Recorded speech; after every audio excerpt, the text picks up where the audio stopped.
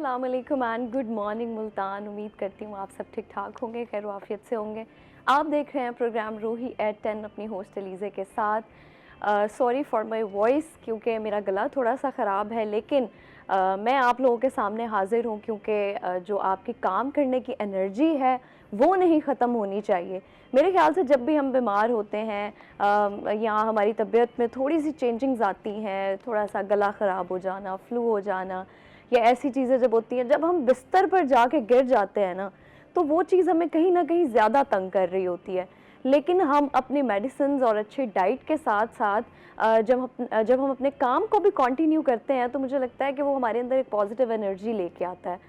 तो मेरा आज भी काम पे आने का मकसद यही था कि मैं घर पे बैठ के ज़रा भी ये फ़ील नहीं करना चाहती थी कि मैं बीमार हूँ और मैं ठीक नहीं हूँ, क्योंकि मैं काम पे आके आप लोगों के साथ इंगेज होके, अपने गेस्ट के साथ इंगेज होके मुझे बड़ा मज़ा आता है और मैं फ़्रेश फ़ील करती हूँ, क्योंकि मेरी वर्क प्लेस के अंदर जो पॉजिटिव एनर्जी है वो मेरे अंदर पॉजिटिव एनर्जी लेके आती है। इसीलिए मैं हमेशा कहती हूँ कि प्लीज़ कोशिश किया करें कि अपने आसपास के लोगों का, इर्द गिर्द के लोगों का ख्याल रखें और उनके अंदर पॉजिटिव एनर्जी जितना हो सके डिलीवर करें, क्योंकि हमें नहीं पता होता कि कौन सा इंसान ज़िंदगी में किसी भी वक्त किस चीज़ से गुज़र रहा है, किस चीज़ से गो थ्रू कर रहा है वो।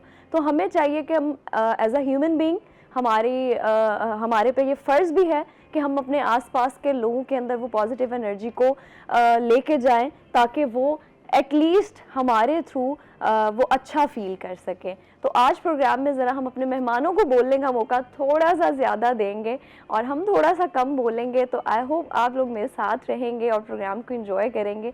इसी के साथ आज हमारे साथ जो मेहमान मौजूद हैं उनका मैं तारुफ़ करवाती चलूँ, क्योंकि आज हमारे साथ बड़े अहम मेहमान हैं और बड़े अहम मौजू हम उनके साथ डिस्कस करने वाले हैं, जो हमारी सोसाइटी में, जो हमारे माशरे में डिस्कस होने की ज़रूरत भी है। तो आज हमारे साथ मौजूद हैं सर ज़ुबैर अहमद इजाज़ साहब, जो कि डायरेक्टर फूड अथॉरिटी हैं। अस्सलाम वालेकुम, कैसे हैं आप? जी फाइन मैडम।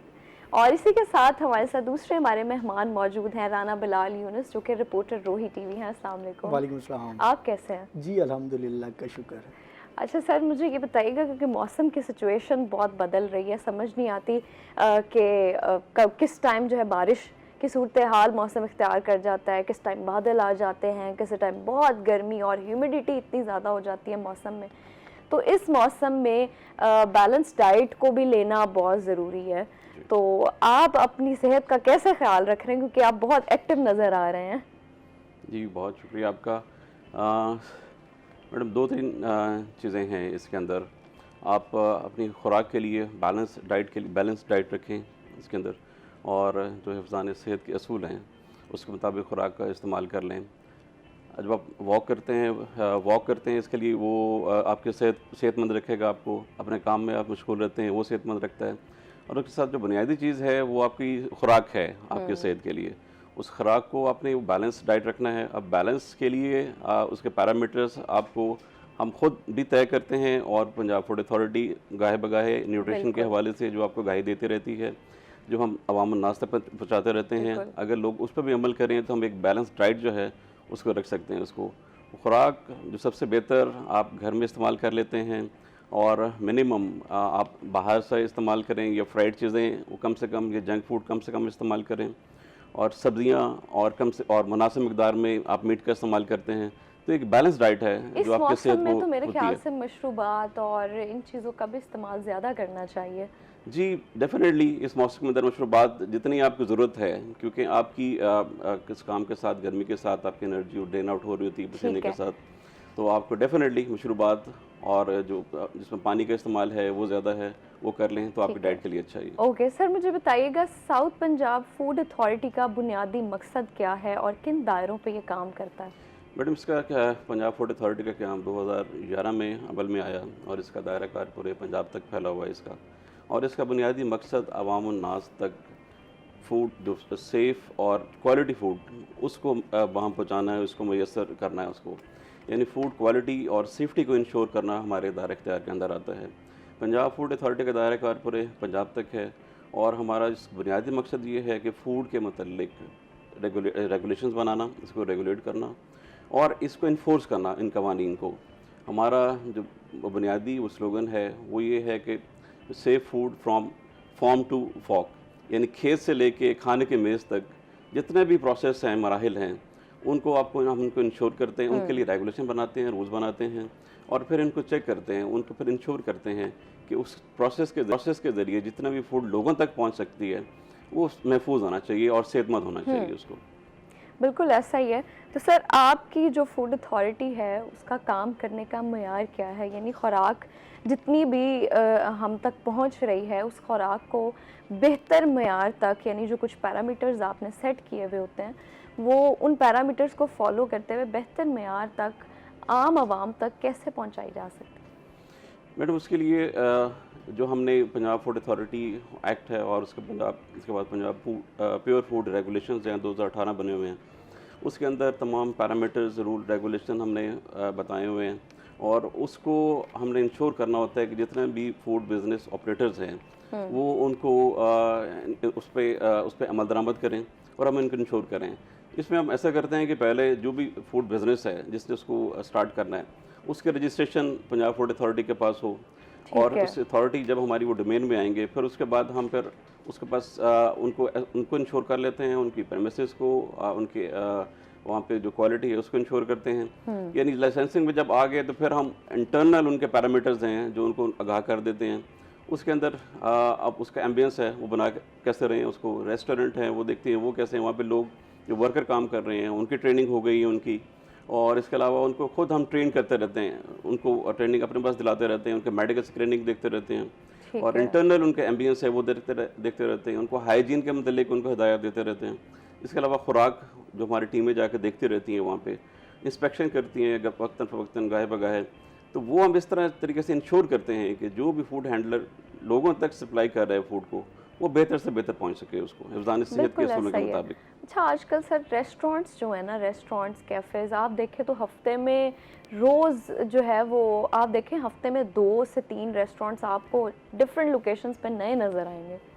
स्पेशली हमारा ये जो मॉडल टाउन का इलाका है, मॉडल टाउन वाला, वावड़ा टाउन वाला जो हमारा एरिया है, वो पहले 2 साल पहले आप उसको देखें तो वो बिल्कुल वीरानगी थी वहाँ पर, लेकिन अब देखें तो आपको हफ्ते में एक नया रेस्टोरेंट या कैफ़े लाजमी वहाँ पे नया बना हुआ नज़र आता है। तो क्या इतने रेस्टोरेंट्स जिनकी क्वांटिटी जो है वो इतनी बढ़ती जा रही है, उसमें ऑब्वियसली फिर फूड क्वालिटी को इंश्योर करना टाइम टू टाइम ये भी बड़ा टाइम टेकिंग और चैलेंजिंग है? जी मैडम, बिल्कुल आप ठीक कह रहे हैं। अब ये तो डिपेंड करता है, ये एक सोशल फिनोमेना है। रेस्टोरेंट जैसे आप कह रहे हैं ओपन हो रहे हैं यहाँ पे, वो डिपेंड करता है लोगों की इकोनॉमिकल कंडीशन के ऊपर, लोगों के वहाँ जो रह रहे हैं उनके टेस्ट के ऊपर, और फिर ये एक मौशी एक इकोनॉमिकल एक्टिविटी है, एक मौशी सरगर्मी है, लोग उस तरफ वो जाते हैं टेस्ट के लिए, खाने के लिए। डेफिनेटली एक तरफ तो बहुत अच्छा है कि इकोनॉमिक एक्टिविटी एक हो रही है, और लेकिन उसके साथ साथ ज़रूरी है कि वहाँ पे जो खुराक दी जा रही है, जो भी वहाँ फूड बिज़नेस को ऑपरेट कर रहा है, वहाँ पे उसने स्टार्ट किया उसको, लेकिन वो इंश्योर करे वहाँ पे कि वो बेहतर से बेहतर खुराक लोगों को वहाँ पहुँचा रहा है। हमारी ज़िम्मेदारी जहाँ तक पहुँचती है, क्योंकि वो रजिस्ट्रेशन वो हमारे पास कराएगा, हमारे डोमेन में आएगा, नहीं है तो हम खुद फिर जाके उसको विज़िट करते हैं और इंश्योर करते हैं कि रजिस्ट्रेशन हमारे पास हो। सर एक और सवाल जो कि मैं खुद पर्सनली भी आपसे करना चाह रही थी। अच्छा, जब हम रेस्टोरेंट्स में जाते हैं तो बाज़ औक़ात ऑब्वियसली आपकी टीम जा रही होती है, चेक एंड बैलेंस है, इसलिए लोग डरते भी हैं। तो मुझे ये भी बताइएगा कि हम बाज़ औक़ात किसी ऐसे रेस्टोरेंट या कैफ़े में जाते हैं जहाँ पे अनहाइजीनिक सिचुएशंस होती हैं। आप उनके रेस्टोरेंट में जाएंगे, आपकी जो बैठने की जगह है जहाँ आपने बैठ के खाना खाना है, वहाँ पे बड़ा अनहाइजीनिक माहौल होता है।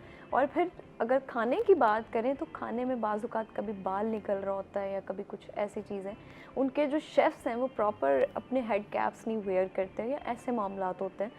तो वो हमारी आवाम जो है वो किस तरह आप तक पहुंच सकती है, किस तरह आवाम आप तक बात पहुंचा सकती है? आपके 2-3 सवाल आए एक सवाल के अंदर जो है। सबसे पहले तो ये कि हमारी टीम जहाँ जाती हैं इंस्पेक्शन के लिए, हमारा जो बुनियादी मकसद वहाँ जाना होता है, वहाँ पे उनको सिर्फ अवेयरनेस देना होता है।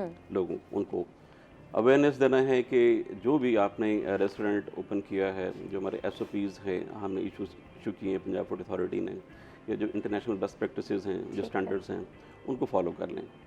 वहाँ जाते हैं, अगर ऐसे कोई वायलेशन हम देखते हैं रूल्स की, रेगुलेशंस की, उनको अवेयर करते हैं, उनको एडवाइजरी दे देते हैं, इम्प्रूवमेंट नोटिस दे देते हैं उनको। सर कोई मकसद यही होता है कि हम अच्छा, उनको बता दें, आगाह कर दें उसके कोई अंदर। जुर्माना भी होता है? हाँ, अगर उसके बाद फिर हम उसको वॉच करते रहते हैं उसको। ठीक है। एक दफ़ा गए, अगर उसने इम्प्रूवमेंट नोटिस दे दिया, उसको एडवाइजरी दे दी कि ये हमारी है। ऑब्जर्वेशंस हैं आपके लिए, इसको आप ठीक बेहतर है। कर लें। हम फौरी जाके कोई ऐसा इंप्रेशन नहीं देते कि ठीक कोई है। ऐसा इदारा है कि उनको बिज़नेस, हम बिज़नेस फ्रेंडली, यानी उनको चाहते हैं कि बिज़नेस करें, लेकिन वो एसओपीज़ जो पंजाब फूड अथॉरिटी के हैं उसके मुताबिक हो, उनको एडवाइजरी फॉलो दे करते दी, हुए। फॉलो करें। अगर दोबारा हम जाते हैं 1 माह बाद, 2 माह बाद हम जाते हैं, उनको दोबारा विजिट करते हैं, तो अगर वायलेशन अगर वो सस्टेन कर रही है, तो फिर हम दोबारा एक्शन उस पर लेते हैं। उस पर फिर है। हमारे पेनल्टी एक्शन उसके बाद स्टार्ट हो जाते हैं। फिर वायलेशन पे है, फिर उसको हम फाइन भी कर सकते हैं उसको, और फिर उसके बाद उसके एफआईआर भी हो सकती है। ओके। और फिर ये होता है कि जैसे भी आपने बात की कि वहाँ पे बाल निकल आया, ऐसी कंडीशंस जो हाइजीन के मतलब हो, अनहाइजीनिक कंडीशन हो, उस पे हमारे ऑफेंसेस ज़रा किसी और तरह हम उनको ठीक है। डील करते हैं या उस पर एक्शन लेते हैं। लेकिन अगर सवेर किस्म के हो जो हैज़ार्डस हों हेल्थ के लिए, और उस पे हमारा एक्शन ज़रा मुख्तलिफ होता है, उस पर एफआईआर पे चले जाते हैं। अगर किसी जगह देखने के बाल निकल आते हैं वहाँ पे, और मीट है वो ठीक नहीं है, स्टेल है, या प्रॉपर सर्व अच्छे तरीके से वे से सर्व नहीं किया गया, तो फिर उस पर हम ईपीओ भी लगा देते हैं। ईपीओ उसमें हमारा इमरजेंसी प्रोहिबिशन ऑर्डर है, यानी फौरी तौर पे हम उसको सील कर देते हैं, उसको बंद कर देते हैं उसको। ठीक है। अवामुन्नास के साथ हमारी जो कोऑर्डिनेशन है वो बहुत ज़रूरी है इसके लिए। जी। इसके लिए अगर तो एक तो हमारी टीम सबसे पहले इंस्पेक्शंस करती हैं, हम इंश्योर कर लेते हैं कि उस इंस्पेक्शन से लोगों को उनके काम के अंदर बेहतरी आ जाए, लोगों को बेहतर फूड मिल जाए, जहाँ बैठे हैं वो खाएँ, एक अच्छी सेहतमंद ग़िज़ा खा सकें। अगर अवाम वहाँ बैठते हैं, कोई ऐसी चीज़ देखते हैं, जैसे वे पे आपने जिक्र किया, तो हमारे टोल फ्री नंबर है 1223 1223। उस पे वो कॉल कर सकते हैं। कॉल करके अपनी कंप्लेंट का इंदराज वहाँ करा सकते हैं। हमारी टीम फौरी 24 आवर के अंदर जो है उसको इंस्पेक्ट करती है। अगर देखते हैं कि ऐसी वायलेशन वाकई जो उन्होंने की है वो पाई जा रही है, तो हम उस पर एक्शन ले लेते हैं। इसके अलावा हमारे इंस्टाग्राम, व्हाट्सएप, ये हमारा ऑफिस है, वो कंप्लेंट दर्ज करा सकते हैं। उस कंप्लेंट पे फौरी एक्शन जो है ना हम वो ले लेते हैं उस पर। क्योंकि आम आवाम तक ये बात पहुंचना बहुत ज़रूरी है, क्योंकि हमारी जो पब्लिक है वो मोस्टली ऐसा ही होता है, हम जाते हैं अगर अनहाइजीनिक कंडीशंस हो या कुछ ऐसे मामला तो रेस्टोरेंट वाले क्या करते हैं कि उनसे माजरत करके या बिल में कुछ परसेंटेज ऑफ करके अपनी जान छुड़वा लेते हैं। लेकिन आम आवाम को ये नॉलेज ही नहीं है कि हम अगर कोई बंदा हमारी हेल्थ के साथ खेलने की कोशिश कर रहा है तो हमारे इदारे हमारे लिए बैठे हैं और वो हमारे लिए काम करेंगे। हमें उन्हें कंप्लेन करनी किस तरह से है, ये प्रोसेस किस तरह से है। तो सर ने आपको एक बड़ा बेहतरीन एक हल बताया है, व्हाट्सएप, इंस्टाग्राम, और एक नंबर है 1223, ये डिजिट है, आप इस नंबर पर कॉल करके कंप्लेन भी कर सकते हैं और विदिन 24 आवर्स जो है इस पर एक्शन भी लिया जाएगा। सो इसी के साथ हम ब्रेक पर जाएंगे, एक शॉर्ट ब्रेक के बाद हाजिर होंगे। आपने कहीं नहीं जाना, हमारे साथ रहना है।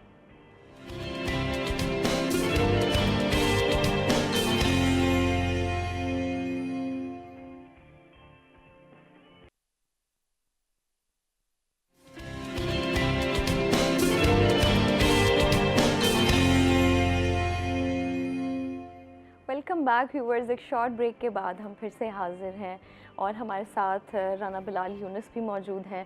अच्छा बिलाल साहब, आप बताइएगा, आप भी बड़े फ्रेश लग रहे हैं। सुबह का जो वक्त होता है ना, वो वैसे भी ज़रा कुछ लोग तो डल होते हैं, क्योंकि हमारी जनरेशनल ये जो एक हैबिट है ना वो बिल्ड होती जा रही है कि हम रातों को जागते हैं और फिर लेट नाइट सुबह में 3-4 बजे जाके कहीं सोते हैं हम, और फिर वो जो जिन लोगों ने तो काम पे जाना होता है सुबह 8-9 बजे, वो तो बेचारे नींद में फिरते हैं सारा दिन। अच्छा अलीज़े, पिछले अगर हम 1-1.5 माह पहले की बात करते हैं तो मेरी तबीयत इसी वजह से काफ़ी ख़राब हो गई थी कि मैं रात लेट नाइट जागता रहता था और सुबह जो है वो जल्दी ड्यूटी पे आना होता था। 8 बजे ड्यूटी स्टार्ट होती थी, लेकिन पिछले 1 वीक से मैंने अपनी जो है वो इस हैबिट को चेंज किया है, क्योंकि अब तो मैं सुबह टाइमली उठ जाता हूँ और फ्रेश होने की ये वजह है कि सुबह उठ के नमाज़ पढ़ता हूँ, नमाज़ पढ़ने के बाद टाइमली नाश्ता करता हूँ। नाश्ता करने के बाद फिर जब ड्यूटी पे आता है तो वॉक भी थोड़ी हो जाती है। वॉक करने के बाद जब इंसान अपने आप को भी अच्छा फील करता है, रिलैक्स फील करता है, और फिर जब ड्यूटी पे आता है तो काम करने का भी दिल करता है। इसकी बड़ी वजह ये जो आपने नाश्ते वाली बात की ना, ये बड़ी अहम है, जो कि हम फर्स्ट मील ही मिस कर देते हैं। हम अगर नाश्ता ही मिस कर दें, स्किप कर दें, हालांकि नाश्ता तो अच्छा करना चाहिए, हेल्दी करना सुबह चाहिए। नाश्ता ज़रूर करना चाहिए। अगर सुबह नाश्ता नहीं करते तो आपका पूरा दिन ही बोरिंग गुजरता है। बोरिंग गुजरता है, बिल्कुल ऐसा ही है। अच्छा बिलाल, मुझे ये बताइएगा, मुल्तान में ये जो हाउसिंग सोसाइटीज़ का और रोज़ नई नई सोसाइटीज़ आ जाना, ये जो कल्चर है ना, ये बड़ा मुल्तान में, क्या खैर हर जगह ये आम होता जा रहा है।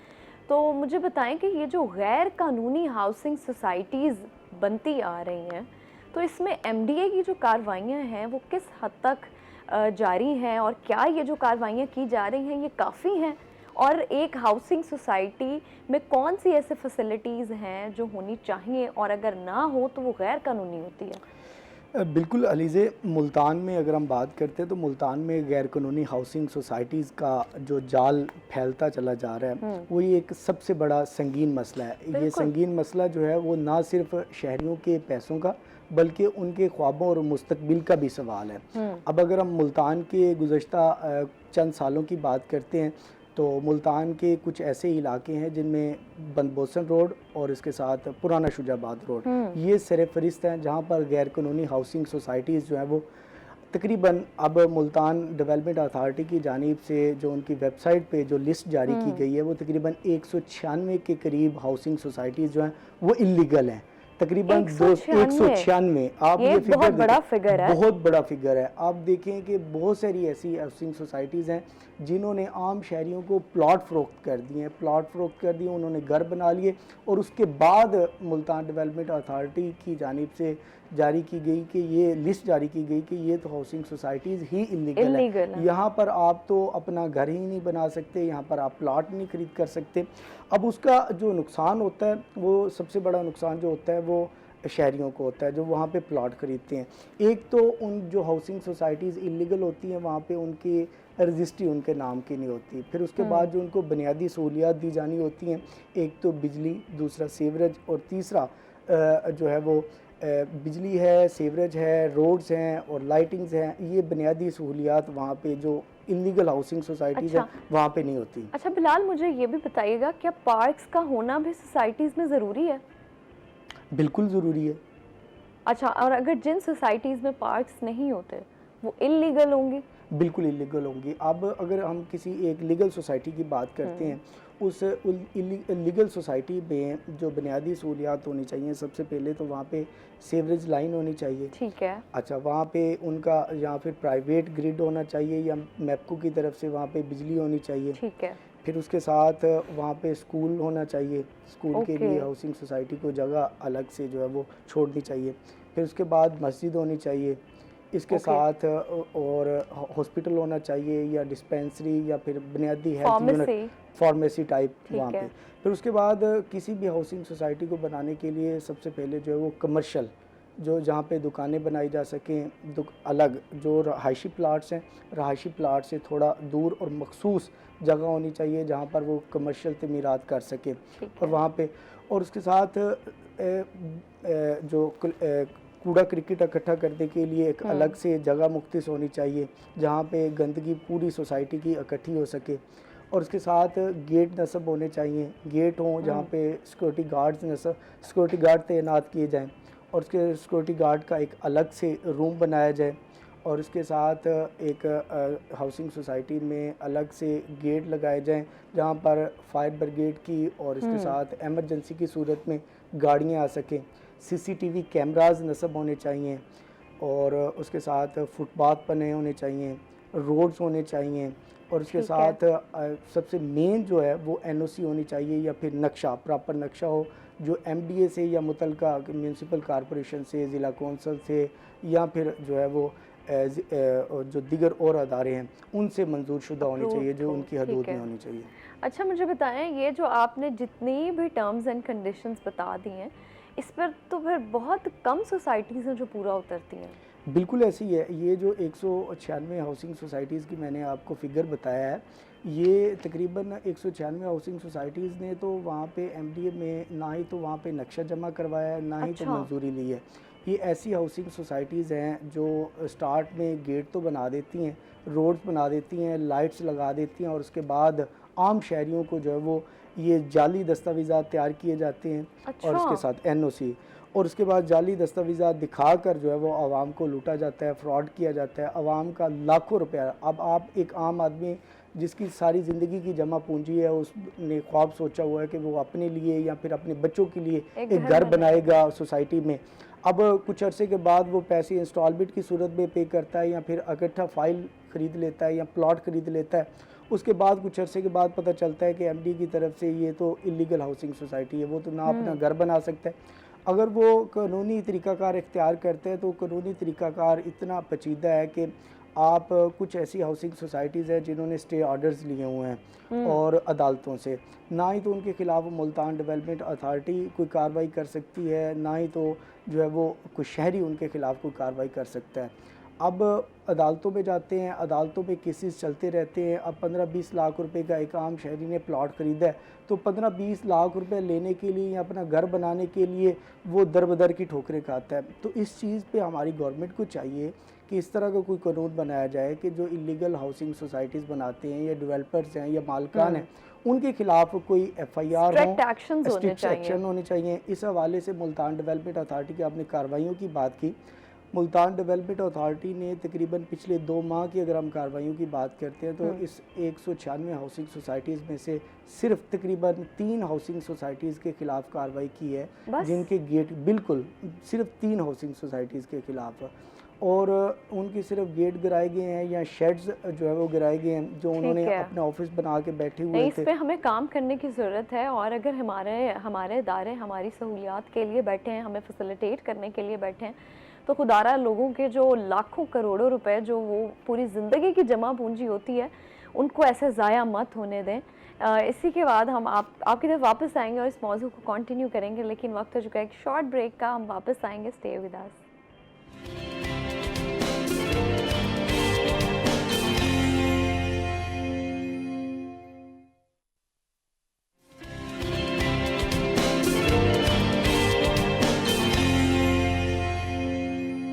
Welcome back viewers. एक शॉर्ट ब्रेक के बाद हम वापस हाज़िर हैं, और क्योंकि हमारे साथ बड़े अहम मेहमान मौजूद हैं, तो मुझे बताइएगा ज़ुबैर साहब कि अभी हम रेस्टोरेंट्स की बात कर रहे थे और इन तमाम चीज़ों की, तो क्या पंजाब फूड अथॉरिटी जो हॉस्टल्स हैं कॉलेजेस के, यूनिवर्सिटीज़ के, और स्पेसिफ़िक जो कॉलेजेस, स्कूल्स और यूनिवर्सिटी की कैंटीन्स होती हैं, क्या आप लोग वहाँ पे भी चेक एंड बैलेंस देखते हैं? खुराक का क्या म्यार है वहाँ पे?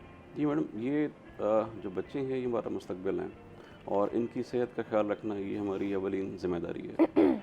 बच्चे हैं, उसमें बच्चियां हैं उनमें, और दोनों जेंडर्स, इनकी खुराक का ख्याल रखना हमारी प्रायोरिटी पे है।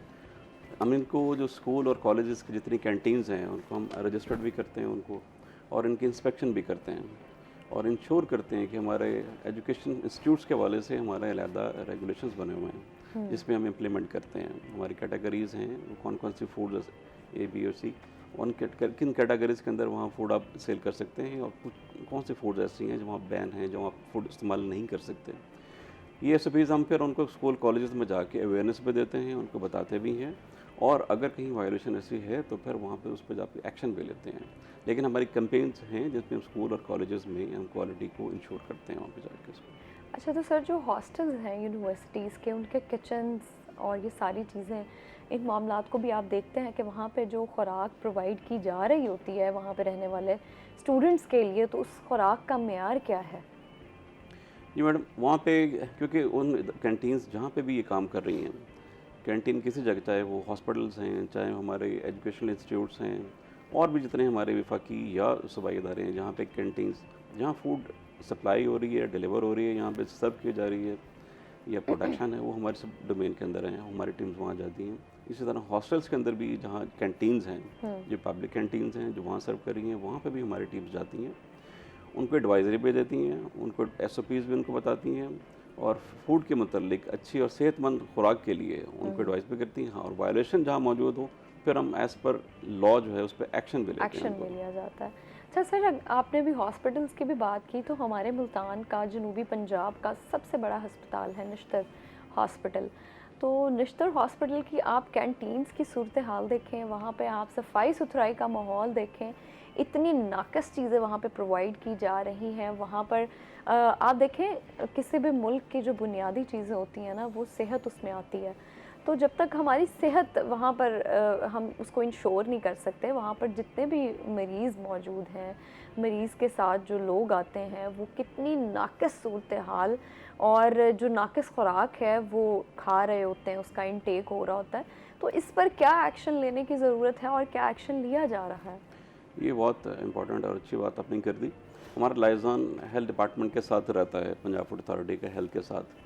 अब यहाँ इदारे जो हेल्थ के हैं, चाहे वो स्पेशलाइज्ड हेल्थ के पास हैं या प्राइमरी हेल्थ के पास है, हमारे इनके साथ कोऑर्डिनेशन है। और कैंटीन, जैसे मैंने पहले कहा कि ये कैंटीन हमारे पास रजिस्टर्ड होती हैं इनको, ठीक है। अगर रजिस्टर्ड नहीं है तो फिर उनको रजिस्टर्ड कर लेते हैं इनको। इंस्पेक्शंस हमारी एज अ कैंपेन भी होती हैं और एज अ उनके साथ कोऑर्डिनेशन भी हम इंश्योर कर लेते हैं कि हर माह जो इनकी कैंटीन्स हैं उनको प्रॉपर्ली हम उनको विजिट्स कर लें। अभी लास्ट वीक भी हमारी कैंपेन थी इन हॉस्पिटल्स के मुतल्लिक, वो हमने बाकायदा जितनी हमारे इस मुल्तान और रीजन के अंदर कैंटीन्स हॉस्पिटल्स के अंदर आ रही हैं, चाहे वो प्राइमरी हेल्थ के अंदर हैं, चाहे वो स्पेशलाइज में जैसे आपके निश्तर हॉस्पिटल हैं, तो वहाँ उनकी इंस्पेक्शंस की और जिस जगह भी वायोलेशन पाई गई हैं और उस पर हमने फिर उनके एक्शन लिया। और हम इसको एक रेगुलर फीचर है, हमारा टीमें जाती हैं उनको चेक करती हैं। अब हेल्थ का और हमारा जो कोऑर्डिनेशन है वो बड़ी इंपॉर्टेंट है इसके लिए। जी। अब खुराक से 70-80% जो बीमारियां हैं वो खुराक के थ्रू जा जारी रही होती हैं। हैं। वर्ल्ड जो हमारी ऑर्गेनाइजेशन है फूड की, उसके इस साल का थीम भी यही है कि आप खुराक को इतना महफूज बनाया जाए इसको कि एक्सपेंस आपका है जो बीमारी डिजीज़ के ऊपर है, इलाज के ऊपर, वो कम से कम हो जाए उसके अंदर बिल्कुल। जो है ना। आपको पता है कि हेल्थ के दो पोर्शन अगर उसको करें तो एक उसका क्यूरेटिव जो हेल्थ देखता है, ये प्रिवेंटिव साइड है जो हम देख रहे होते हैं। तो हमारी कोशिश यही होती है, जो हमारा मोटो और मिशन में यही है कि महफूज खुराक। तो हम हॉस्पिटल भी चेक करते हैं और रेगुलरली वहाँ जाते हैं, इंश्योर करते हैं कि वहाँ जो हमारे स्टैंडर्ड्स हैं, जो SOPs हैं, लॉज हैं, उनको हम इन्फोर्स करा सकें, उनको इम्प्लीमेंट करा सकें उसको। ठीक है। तो सर मुझे ये भी बताइए, जो हालिया आप लोगों ने पंजाब फूड अथॉरिटी की तरफ से मुल्तान में कार्रवाइयाँ की गई हैं, वो कौन सी थी और बड़ी अहम भी थी? वो भी आवाम तक पहुंचना बहुत ज़रूरी है। मैडम, इस रीजन के अंदर वैसे तो हम कार्रवाइयाँ हमारी चलती रहती हैं। चलती रहती हैं, बहुत ज़्यादा हैं। लेकिन इम्पॉर्टेंट जो हमारी कार्रवाइयाँ हैं, अभी यहाँ तकरीबन हमने 10 से 12,000 एक फैब्रिकेटेड मिल्क, जो सिंथेटिक Oh मिल्क my लोग तैयार God! कर रहे थे, उसको मैं खुद था उसमें, वहाँ पे इसको जाकर डिस्कार्ड किया उसको। इसके अलावा इस पूरे रीजन के अंदर खोया बनाने वाले जो स्पाइसेस हैं, वो जिसमें Oh my एडल्ट्रेशन है, उनके खिलाफ हमने एक्शन लिया। जो डेड बर्ड हैं, कुछ सप्लाई हो रहे थे वहाँ पे, वो हमने उस पर एक्शन लिया है। इसी तरह dead bird dead supply birds हो जो है रहे ना, थे। चिकन है, जैसे मुर्दा मुर्गियाँ हैं, मुर्दा जानवरों का गोश्त वगैरह, वो सप्लाई हो रहा है, तो फिर हम डेड बर्ड हैं उन पे हमने एक्शन ले लिया उसके ऊपर। ये मिल्क के हवाले से ले लिया, मीट के हवाले से हमने एक्शन लिए। इसके अलावा खानेवाल में हमारी चाय के पत्ती के हवाले से मिक्सिंग हो रही थी, वहाँ पे हमने एक्शन ले लिया। जिस तरह उकाड़ा में, पाकपतन में हमारे खोया के ऊपर, मिल्क के ऊपर और स्पाइसेस के ऊपर स्नैक्स यूनिट्स हैं हमारे, जो हमने बड़े बड़े अच्छा। जिसमें हमने डिस्कार्ड किए हैं। ये हमारे बड़े एक्शंस हैं जो हमने साउथ के रीजन में इन हालिया दिनों में, ये साल के अंदर किए जो है कार्रवाइयाँ की हैं हमने। अच्छा सर, आपने सिंथेटिक मिल्क की बात की, तो अब गवर्नमेंट ऑब्वियसली कैंपेन्स भी करती है और गवर्नमेंट भी एफर्ट्स करती है कि आवाम तक वो चीज़ पहुंचाई जा सके जो आवाम के लिए ज़रूरी भी है। तो अब आजकल हम टीवी पे कमर्शियल्स देखते हैं कि आप खुला दूध ना पिएं, ना ही अपने बच्चों को पिलाएं। तो ये चीज़, ये जो मिथ है ना एक आवाम में अभी भी है कि नहीं जी, खुला दूध ही महफूज है, खुला दूध ही ठीक है। तो इस मिथ को हम कैसे तोड़ सकते हैं? क्योंकि आपने ऑब्वियसली, आप बता रहे हैं कि आपकी अहम कार्रवाई थी ये कि आपने सिंथेटिक मिल्क पकड़ा है, और क्या उसका प्रोसेस था, किस तरह बनाया जा रहा था वो? ये सिंथेटिक मिल्क में कि वहाँ पे जब इस्तेमाल किया जाता है, वहाँ पे इंग्रेडिएंट कंपोनेंट सारे सिंथेटिक इस्तेमाल करते हैं उसके अच्छा। अंदर। उसमें मिल्क नाम की कोई ऐसी चीज़ जो एज पर मौजूद नहीं डेफिनेशन होती। मौजूद नहीं होती वहाँ पे, जो नेचुरल लिक्विड है वहाँ से। उसमें वो पाउडर इस्तेमाल कर लेते हैं, यूरिया इस्तेमाल कर लेते हैं, और उसमें और प्रिजर्वेटिव हैं जो इस्तेमाल कर लेते हैं, जो हिफ़्ज़ान सेहत के असूल के मुताबिक होते ही नहीं हैं। जो सेहत उस पे उल्टा उल्टा बुरा असर इम्पैक्ट डालते डालते हैं। हैं। उसमें वो फैट्स और ऐसी चीज़ें तो पूरी कर लेते हैं, लेकिन वो हिफ़्ज़ान सेहत के असूलों के मुताबिक होते नहीं हैं, जिनके अवाम पे, जो लोगों पे असरात हैं, वो इतने अच्छे, वो मुरतब नहीं होते वहाँ पे के। ठीक है। अच्छा सर, जो फैट्स, अभी आपने फ़ैट की जी। बात की, तो जो मिल्क में फ़ैट देने के लिए क्या ऑयल का इस्तेमाल भी किया जाता है? ये फैट्स के मुख्तलिफ सोर्सेज हैं उसके। अच्छा।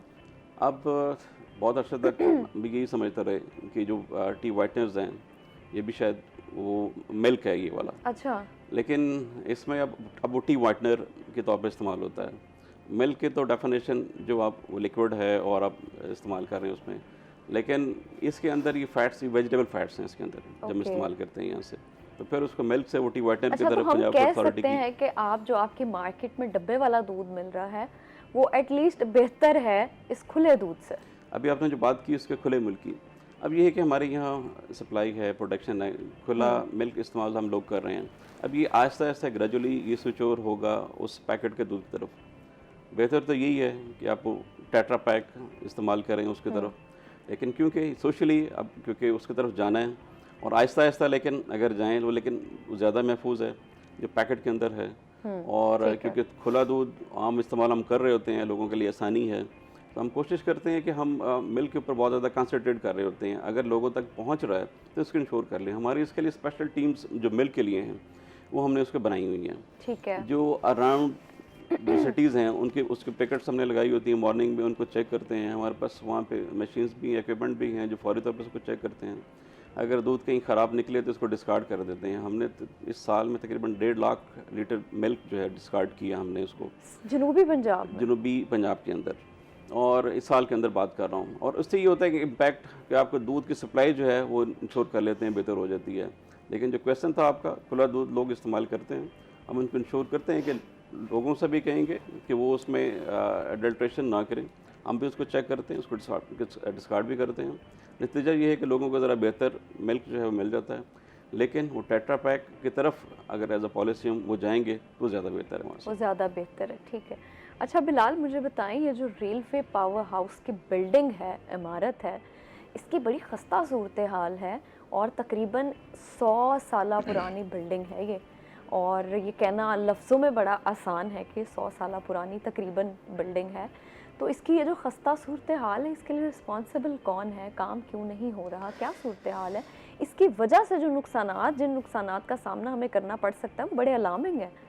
बिल्कुल अलीज़े, तकरीबन ये 97 ईयर्स ओल्ड ये बिल्डिंग है और इसमें पावर हाउस लगा हुआ है। और इस पावर हाउस से जो है वो रेलवे की 2 हाउसिंग सोसाइटीज़ और इसके साथ रेलवे स्टेशन और डीएस ऑफिस को बिजली दी जा रही है।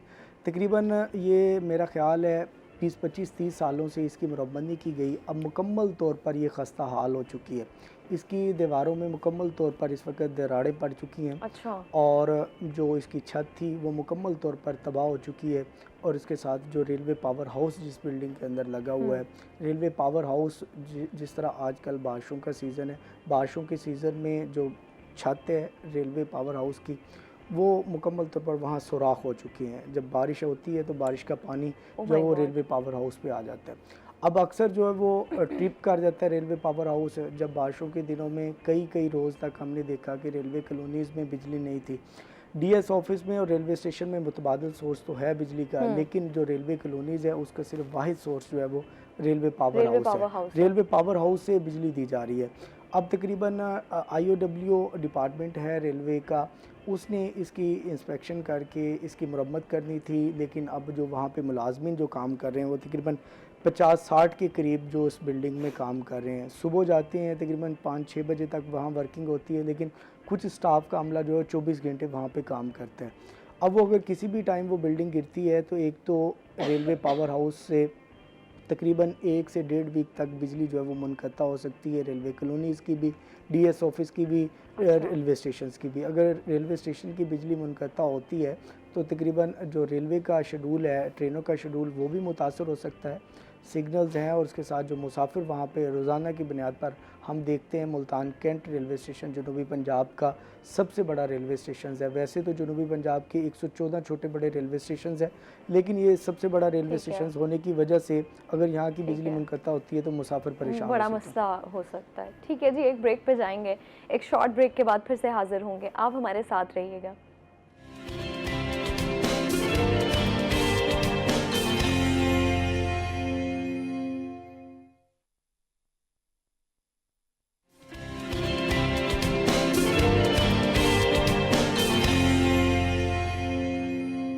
Welcome back viewers. एक शॉर्ट ब्रेक के बाद हम हाजिर हैं और हमारे साथ जो मेहमान मौजूद हैं उनसे बातचीत का सिलसिला जारी है।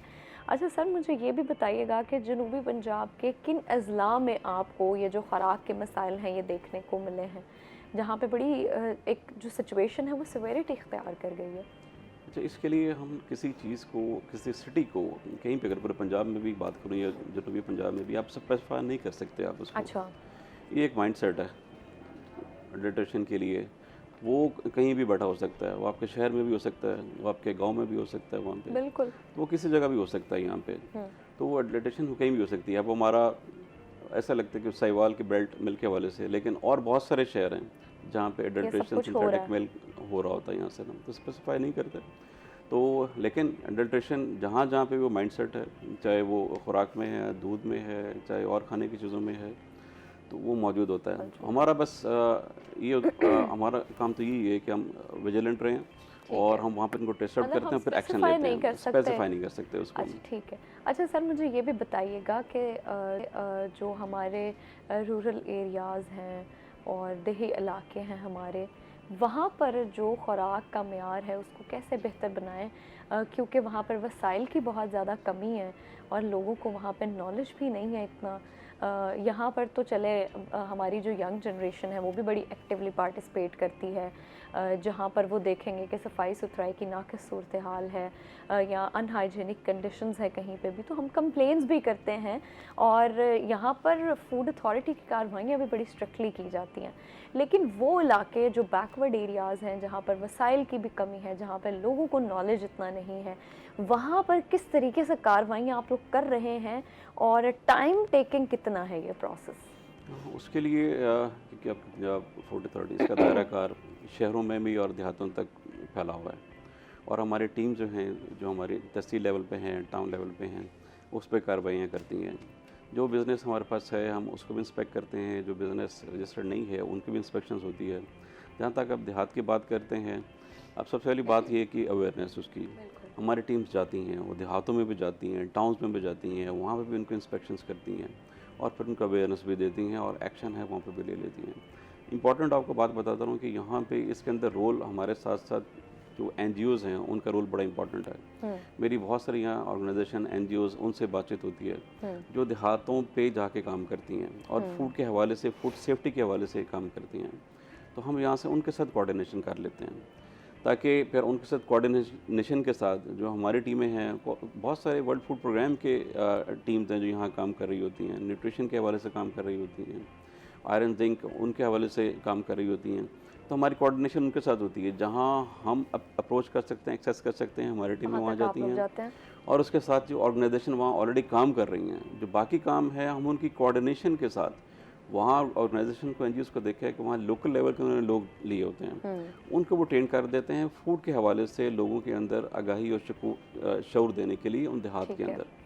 तो उनके साथ हम कोऑर्डिनेशन कर रहे होते हैं, हम भी उनको अवेयरनेस दे रहे होते हैं और उन टीम रिलेशन से वो भी वहाँ देहातों पे अवेयरनेस खुराक के मुतल्लिक दे रही होती हैं। हम इन दोनों ही प्रोसेस से हम वहाँ पे देहातों में भी, इवन के शहरों में हम कर रहे हैं, वहाँ पे भी इंश्योर कर लेते हैं कि आपको फूड जो है उस सप्लाई वो बेहतर से बेहतर हो सके। ठीक है। अच्छा मुझे बिलाल ये बताइएगा कि जो MEPCO का AME जो मीटर्स की तनसीब है वो अब फ़ाल होने जा रही है, आगाज़ होने जा रहा है उसका, तो आवाम को उसकी क्या सहूलियात मुयस्सर होंगी और क्या वाकई नेट मीटरिंग का सिलसिला शुरू हो जाएगा? बिल्कुल, नेट मीटरिंग का सिलसिला तो पहले से शुरू है। ये AMI मीटर से पहले बाई डायरेक्शनल स्टैटिक मीटर्स लगाए जा रहे थे, ग्रीन मीटर्स। असल में ये जो सोलर लगवाने वाले सार्फिन हैं उनके लिए ये AMI मीटर्स लगाए जा रहे हैं। एडवांस मीटरिंग इंफ्रास्ट्रक्चर ये मीटर्स हैं, जदीद और स्मार्ट मीटर्स हैं। ये पहले आपके पास मीटर रीडर आता था घर में रीडिंग करने के लिए, वो रीडिंग करके ले जाता था और बहुत सारे कंज्यूमर्स की ये शिकायत होती थी कि ओवर बिलिंग होती है। अगर महीने की 2 तारीख को बिलिंग रीडिंग करके लेके जानी है तो मीटर रीडर तकरीबन 5 तारीख को आ रहा होता था। अब पिछले दिनों ये बड़ा इशू रहा कि 200 यूनिट से अबव जिसके यूनिट्स हो जाते हैं तो उसको 200 यूनिट वाले का बिल जो है वो 2000 कुछ रुपये, और 200 यूनिट से अबव 201 यूनिट है तो उसका 8000 रुपये का बिल आ जाता था। इस चीज़ को मद्देनज़र रखते हुए वफाकी वज़ीर तवानाई सरदार अवैस लगारी और जो डिस्ट्रीब्यूशन कंपनी है उन्होंने मिलकर ये फ़ैसला किया कि ये AMI मीटर्स, ये ऐसे मीटर्स लगाए जाएं कि जिसकी जो है वो मीटर रीडर को जाकर रीडिंग करने की ज़रूरत ना पड़े, बल्कि ख़ुद ब खुद से रीडिंग हो जाए।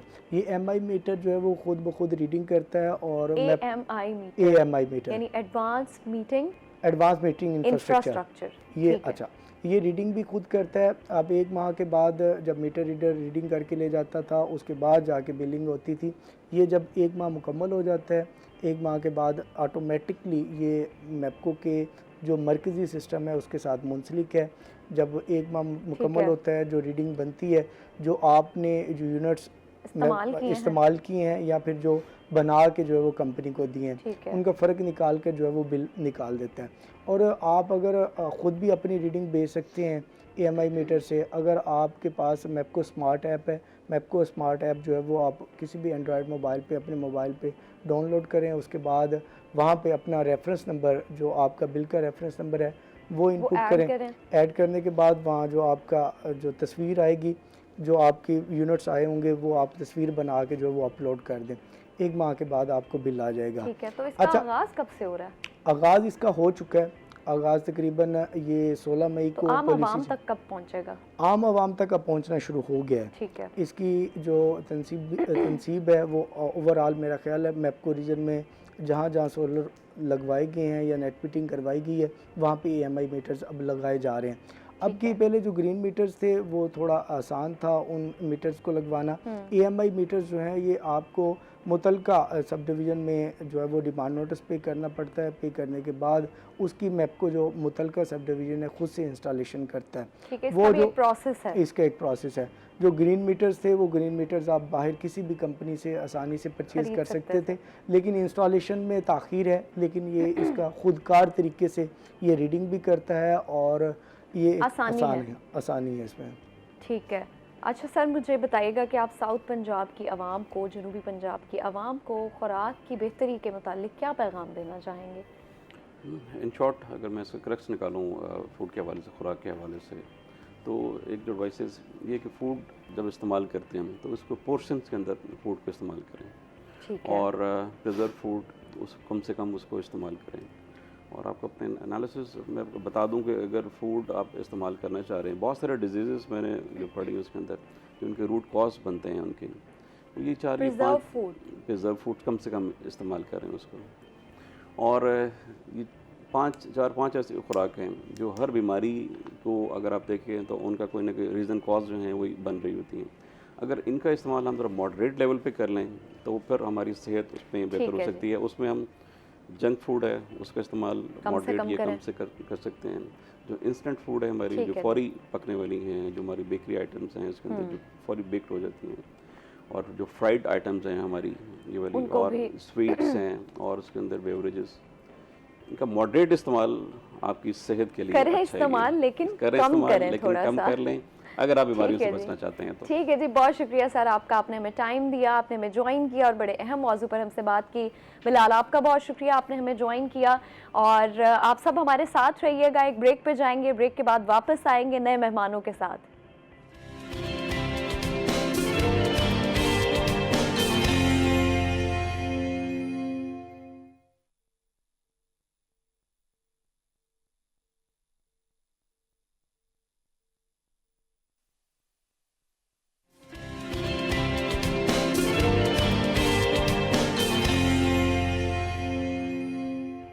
Welcome back viewers. एक शॉर्ट ब्रेक के बाद हम हाजिर हैं फिर से अपने नए मेहमान के साथ। और जिस मौजू पर आज हम गुफ्तगू करने वाले हैं वो हमारे माशरे का बड़ा एक अहम मौजू है, जिसको हाईलाइट नहीं किया जाता, जिस पर बात नहीं की जाती, और जिसका जो है बोझ वो सारा का सारा जो है वो ख़वातीन पर आ जाता है। हम आज बात करेंगे इनफर्टिलिटी के बारे में, जो कि हमारे माशरे में बड़ी आम भी है, और बड़ी ख़वातीन, बड़े ऐसे कुछ कपल्स हैं जो इस चीज़ का शिकार भी हैं। ये ना सिर्फ कहने को एक लफ्ज़ और एक फ़िज़िकल बीमारी नहीं है, ये एक ज़हनी, एक मेंटल आपकी एक ऐसी बीमारी है जो आपकी मेंटल हेल्थ को भी ख़राब करती है। एक ऐसा प्रॉब्लम है जो आपकी मेंटल हेल्थ पे बहुत असर डालता है, और जिसकी वजह भी आपका स्ट्रेस और एंजाइटी हो सकता है।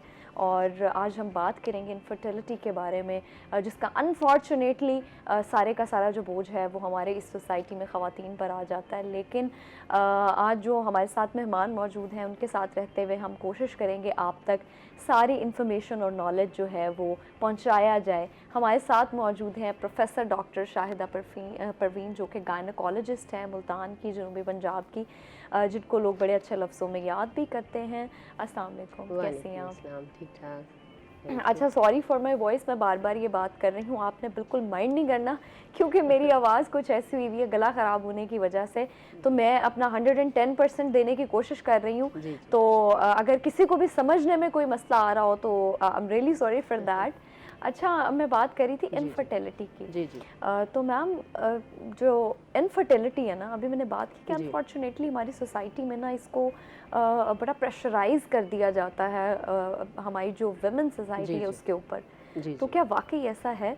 क्या ये सिर्फ ख़वातीन में ही होता है कि नहीं, ये एक कपल के ऊपर डिपेंड करता है? ये नहीं, दिस इज़ नॉट दैट, ये सिर्फ ख़वातीन का इशू नहीं है। ठीक है। तो अगर हम परसेंटेज के लिहाज से देखें तो अगर 40% कंट्रीब्यूशन औरत की है तो 30% मर्द की भी है।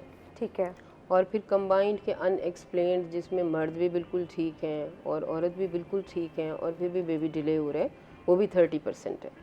तो ये सिर्फ नहीं है कि सब औरत ही की वजह से बेबी नहीं हो रहा, ठीक है ना, that's an combined of both. ठीक है जी। तो ये इनफर्टिलिटी जिसे बांझपन कहा जाता है, ये कहते किसे हैं जी? और मुझे बताइएगा कि इसको बीमारी कब तस्वुर किया जाता है?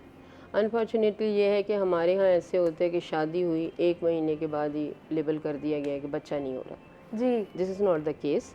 अब उसमें ये होता है कि 80% कपल जो हैं वो 1 साल के बाद कंसीव करते हैं। 80%? जी जी, 1 साल में 80% कपल कंसीव कर जाते हैं।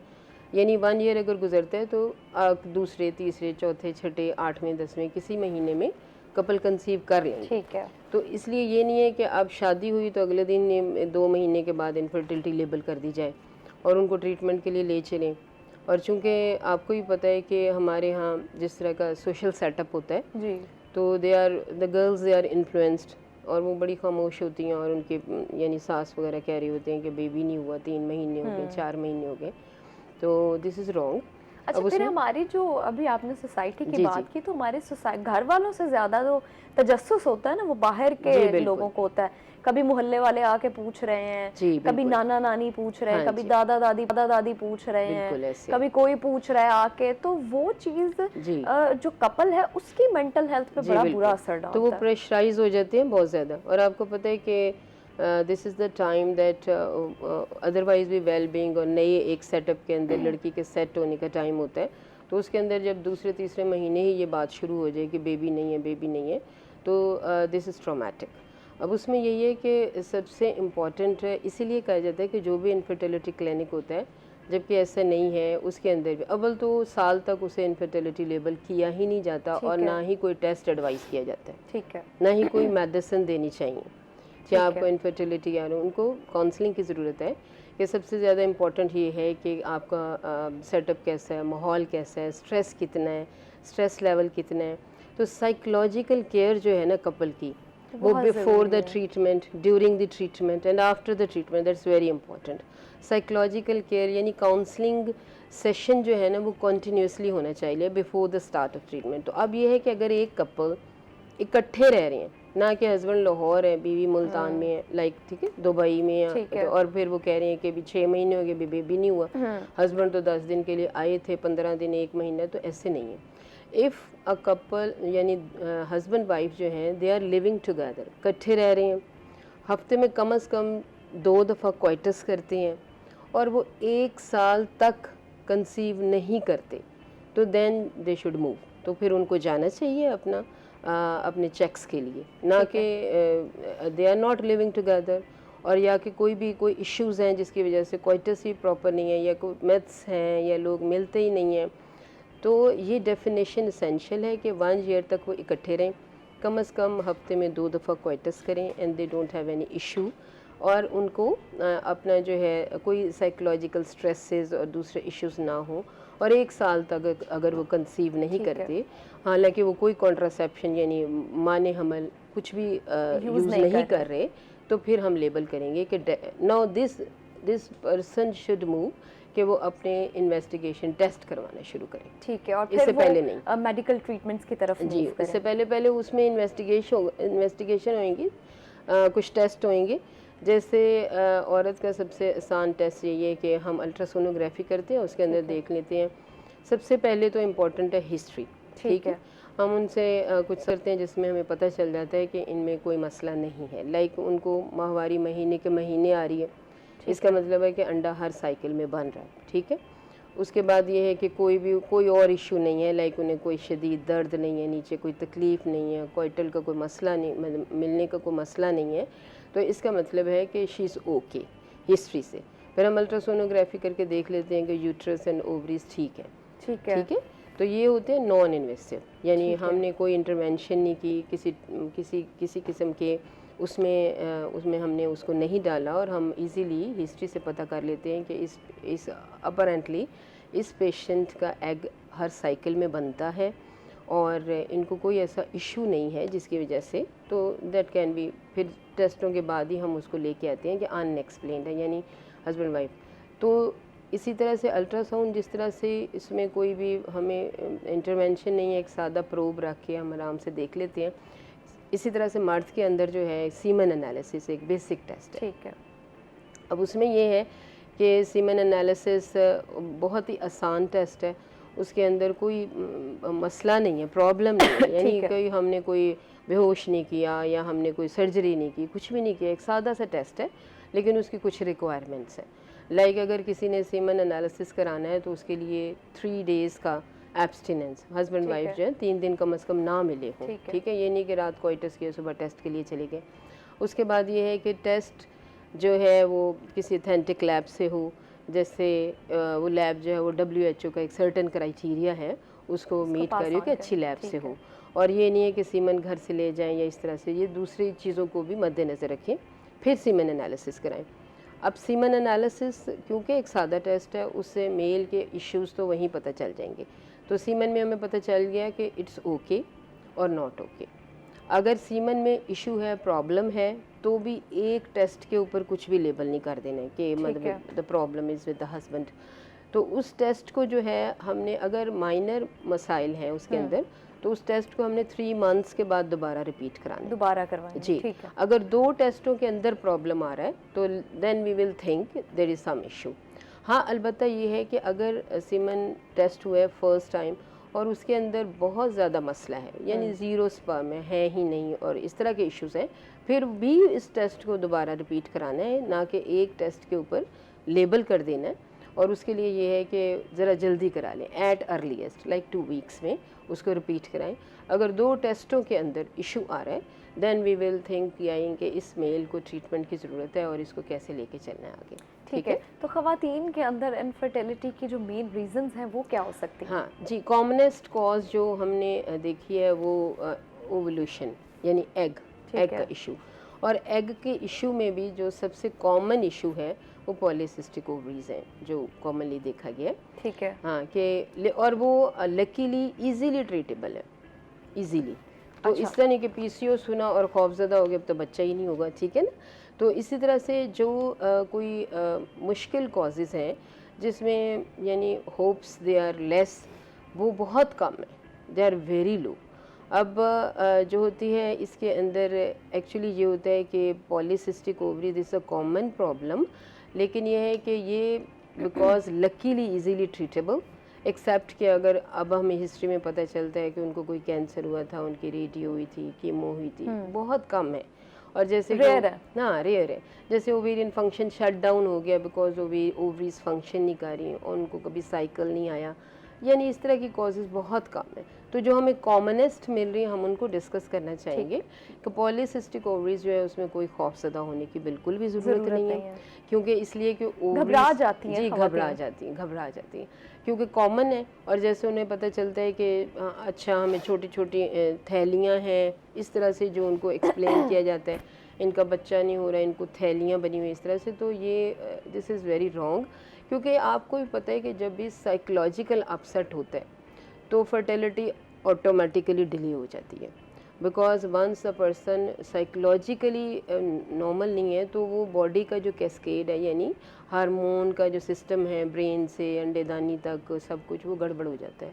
ठीक है, बॉडी के अंदर एक हार्मोन होता है प्रोलैक्टिन जो ज़्यादा हो जाता है स्ट्रेस में, उससे अंडा नहीं बनता, चाहे ओवरीज बिल्कुल ठीक है, पीसीओ भी नहीं है, तो कोई भी बात। और अनफॉर्चुनेटली सिर्फ अंडेदानी के अंदर देख के कि छोटी छोटी अंडे थैलियाँ हैं तो उनको पीसीओ लेबल कर देते हैं, ये भी नहीं है। This is not the criteria.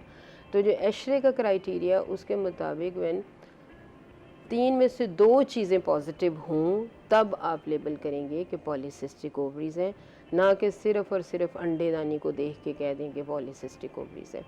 Like उसके अंदर ऐसे है कि 3 क्राइटेरिया में ये होता है कि जैसे बोलते हैं clinical and biochemical marker of hyperandrogenism, इसका उर्दू में इस तरह से बता सकते हैं कि एक्नी है, हर्सुटिज्म है, वो एक क्राइटेरिया है। ठीक है, ओलिगोरेनोवोल्यूशन लाइक 2 to 3 months मेंसेस नहीं आते और फिर आते हैं तो रुकते नहीं हैं। ठीक है, ये दूसरा क्राइटेरिया है। And third one is that कि हम अल्ट्रासोनोग्राफी के ऊपर देखते हैं कि पॉलीसिस्टिक ओवरीज है, एनलार्ज है। तो 3 में से कम 2 हो तो हम ले पॉसिबल होनी चाहिए। ये नहीं कि कोई एक चीज़ नज़र आ गई तो बस हम किसी एक चीज़ पे किसी भी हम फाइनलाइज नहीं कर सकते कि ये पीसीओज है। जी जी ठीक है जी, एक ब्रेक पे जाएंगे, एक शॉर्ट ब्रेक के बाद वापस आएंगे, आप हमारे साथ रहिएगा।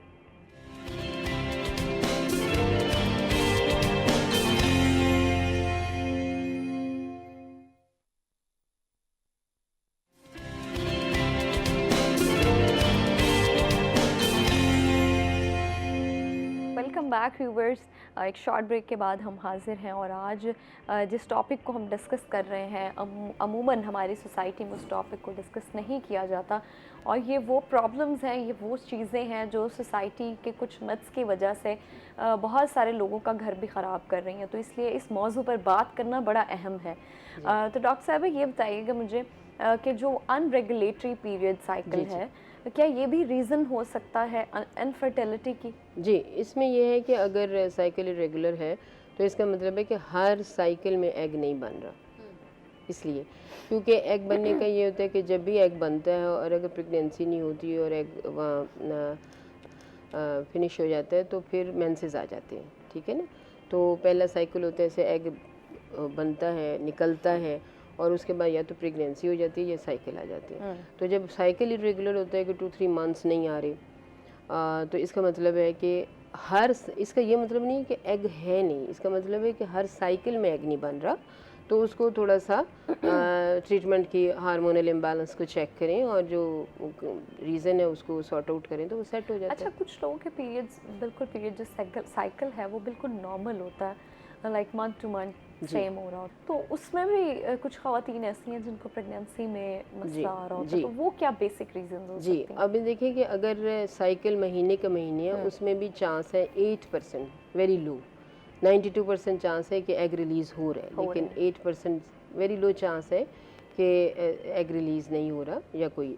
लेकिन जब साइकिल रेगुलर होगा और हम अल्ट्रासाउंड करेंगे and everything is fine and husband is okay, तो हम इसको लेबल करेंगे अनएक्सप्लेन्ड, यानी जो फर्टिलिटी है इसकी हमें कोई रीज़न नज़र नहीं आ रही कि ये कपल क्यों नहीं कंसीव कर रहा। ठीक है, तो उसमें भी स्टेप अप जैसे होता है कि सबसे पहले साइकोलॉजिकल उनकी काउंसलिंग, टेंडर लविंग केयर, ताकि वो अपने आप को ये नहीं आपको स्टिग्मा फील करें कि बेबी नहीं हो रहा, कभी नहीं होगा। उनको बहुत ज़्यादा काउंसलिंग की ज़रूरत है कि everything is fine and you can have a baby some time.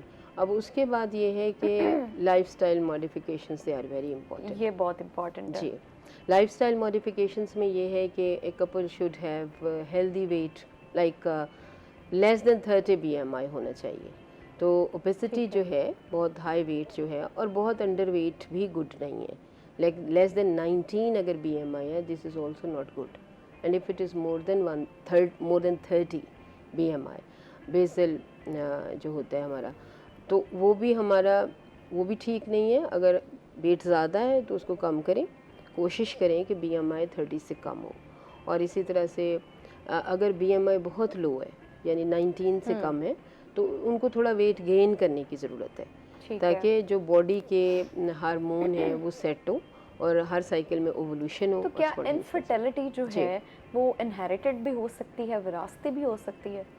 नहीं, इस तरह से इनहेरिटेंस में ट्रांसमिट नहीं होती नहीं होती। इनफर्टिलिटी, ठीक है, लेकिन देर आर सम थिंग्स, यानी जेनेटिक्स में कोई अगर इश्यूज हैं, लाइक कोई ऐसे डिजीज़ है लाइक एंडोमेट्रियोसिस, जिसके अंदर के फिर वो इनहेरिटेड हो सकता है ठीक कि है। अगर मदर को था तो अगर बेटी को वैसे है। नॉर्मली इनहेरिटेड नहीं नहीं, होता। यूँ नहीं है कि अब माँ से वो ट्रांसमिट हो गया कि वो अच्छा, तो infertility कजन जी। मैरिज जो कि बड़ा आम जी, है, जी। इसमें हो सकता? नहीं, कज़न मैरिज का कोई डायरेक्ट रिलेशनशिप नहीं है कि कज़न मैरिज में Infertility से। इनफर्टिलिटी इस तरह Okay. से होएगी जी। ठीक है, तो जो ये फ्लोपियन ट्यूब्स हैं, पहले तो जी। हमें इसका भी बताइएगा, जी। क्योंकि कुछ ऐसे टर्म्स हैं जो हमारे बॉडी के ऑर्गन्स हैं जिनका जी। हमें अंदाज़ा नहीं होता, बड़े जी। छोटे छोटे जी। बारीकी से अल्लाह ने बनाया जी, है, जी, और बिल्कुल। वो बारीकी की जो चीज़ें हैं ना, उनका नॉलेज होना बड़ा ज़रूरी है जी, कि जी। हमारी बॉडी में क्या रोल प्ले कर रही जी, हैं, बिल्कुल। इनका काम क्या है। जी। तो फ्लोपियन ट्यूब्स जो हैं, जी। इनके बारे में बताइएगा कि इनकी जब बंदिश हो जाए तो क्या वो इनफर्टिलिटी पर कोई असर डालती हैं? जी, जी, बिल्कुल। अब जैसे हमने देखा ना कि सेंटर में यूट्रस होती है, फिर वहाँ से ट्यूब्स निकल रही होती हैं, ठीक है, और कोने पे ओवरीज होती हैं, ओवरी से एग रिलीज होता है, ट्यूब के वहाँ फिर प्रेगनेंसी होती है, जो प्रेगनेंसी ठहरती है तो वो ट्यूब से गुजर के बच्चेदानी के अंदर आके इम्प्लांट हो जाती है और वहाँ बेबी ग्रो करता है। तो अब जाहिर है कि इस सिस्टम के अंदर अगर ओवोल्यूशन ठीक हो रही है, यानी साइकिल रेगुलर है, बिल्कुल ठीक है, यानी ओवोल्यूशन हर साइकिल में हो रही है, लेकिन प्रेगनेंसी नहीं हो रही, तो इसमें हमें फिर देखना पड़ेगा कि प्रोबेबली प्रेगनेंसी होने के बाद वो वहाँ उस ट्यूब से ट्रांसपोर्ट नहीं हो रहा बेबी, उस सूरत में फिर हमें ट्यूब्स, इसलिए सबसे पहले ओवोल्यूशन को एड्रेस, यानी एग को एड्रेस किया जाता है। साइकिल रेगुलर तो भी ठीक है, और अगर साइकिल इरेगुलर है तो उसको सेट करके अंडा बनने की दवाइयाँ दी जाती हैं ताकि साइकिल सेट हो, अंडा बने और प्रेगनेंसी हो। लेकिन अब अच्छा डॉक्टर जी। साहब, कुछ लोग ऐसे भी होते हैं जिनका, जब हम पीरियड साइकिल की बात कर रहे थे, तो उनको उनका जो पीरियड साइकिल है वो नॉर्मल होता है, जी, जी। लेकिन जो फ्लो होता है ना, ब्लड फ्लो, वो भी बड़ा तेज़ होता है और क्लॉटिंग की फॉर्म में होता है, तो क्या ये रीज़न हो सकती है? नहीं, ये इस तरह से डायरेक्ट, क्योंकि वो रेगुलर साइकिल है, इसका मतलब egg is forming in every, उस सूरत में ये है कि अगर बहुत हैवी ब्लीडिंग हो रही है तो फिर अल्ट्रासाउंड के ऊपर हमें यूट्रस, बच्चेदानी की साख्त को देखना होता है कि ये जो बच्चेदानी के अंदर कोई इश्यू तो नहीं है, लाइक उसके अंदर वो जैसे फाइब्रॉइड हो सकते हैं, जैसे वर्ल से मसल होते हैं वो इकट्ठे हो जाते हैं, जिसकी वजह से हैवी साइकिल होता है, या बच्चेदानी का साइज़ ओवरऑल बड़ा हो जाता है, जिसे एडिनोमायोसिस बोलते हैं, जी। उसकी वजह से हैवी साइकिल होती है, तो उसमें ये हो सकता है कि डिले हो सकता है, बट नॉट के भी वो इनफर्टाइल हो गया और कभी नहीं होगा, लेकिन उसमें डिले हो सकता है। तो अगर किसी को हैवी साइकिल है तो फिर अल्ट्रासाउंड पे पता चल जाता है कि why she is having heavy cycles, ठीक है। तो अब हम जैसे हम बात कर रहे थे कि अंडा बनेगा और वो ट्यूब से गुजरेगा, ट्यूब का इम्पोर्टेंट रोल है, क्योंकि वहाँ से प्रेगनेंसी गुजर के बच्चेदानी के अंदर आके इम्प्लांट होगा। तो अगर ट्यूब ब्लॉक है, ठीक है, उसको चेक करने के दो तरीके हैं। एक होता है कि हम दवाई डाल के एक्सरे खींचते हैं, जिसको हिस्टेरोसल्पिंजोग्राम बोलते हैं, और दूसरा होता है कि पेट के अंदर कैमरा डाल के ट्यूब्स को चेक करते हैं, जिसे लेप्रोस्कोपी बोलते हैं। ओके, ठीक हाँ, है जी। अगर नेचुरली जी। ठीक है जी, एक शॉर्ट ब्रेक पे जाएंगे, ब्रेक के बाद वापस आएंगे और इसी मौजू पर मज़ीद बात करेंगे। आप हमारे साथ रहिएगा।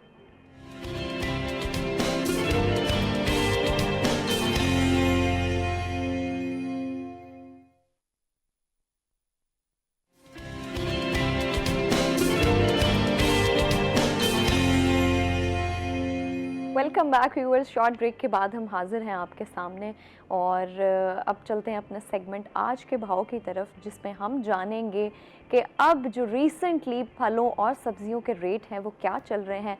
तो हमारे साथ हैं सलमान ज़मीर जी। सलमान, बताइएगा। जी बिल्कुल, इस वक्त मुल्तान शहर में खुद साख्ता महंगाई जो है वो बेकाबू हो चुकी है, और ऐसा लग रहा है कि इंतज़ामिया जो है वो खुद साख्ता महंगाई को कंट्रोल करने में कोई इंटरेस्टेड नज़र नहीं आती। हर रोज़ जो है वो मार्केट रेट्स जो निकलते हैं, मगर उन पर इम्प्लीमेंट जो है वो नहीं होता, जिसकी वजह से शहरी जो हैं वो महंगे दामों सब्ज़ी और फल ख़रीदने पर मजबूर हैं।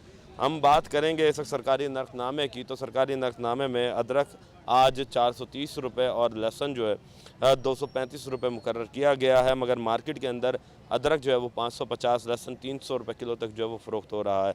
सरकारी नरखनामे में इस वक्त आलू 85, प्याज 42 और टमाटर 50 रुपये किलो जो है वो मुकर्रर किए गए, मगर मार्केट के अंदर इस वक्त आलू जो है वो 100 रुपये, प्याज 60 और टमाटर जो है वो 70 रुपये किलो तक जो है वो फ़रोख्त किए जा रहे हैं।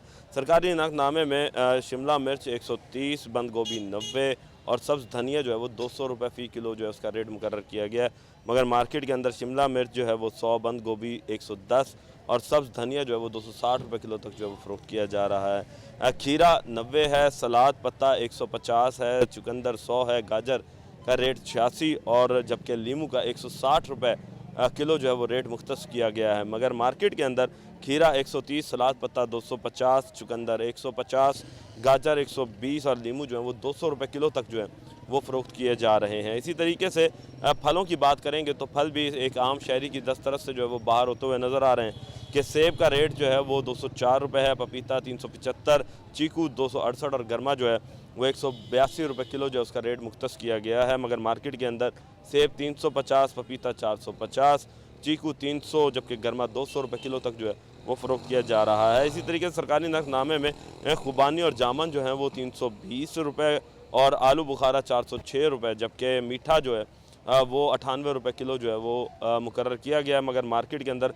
खुबानी और जामन जो है वो 400 रुपये, आलू बुखारा जो है वो 550 जबकि मीठा जो है वो 110 रुपये किलो तक जो है वो फ़रोख्त हो रहा है।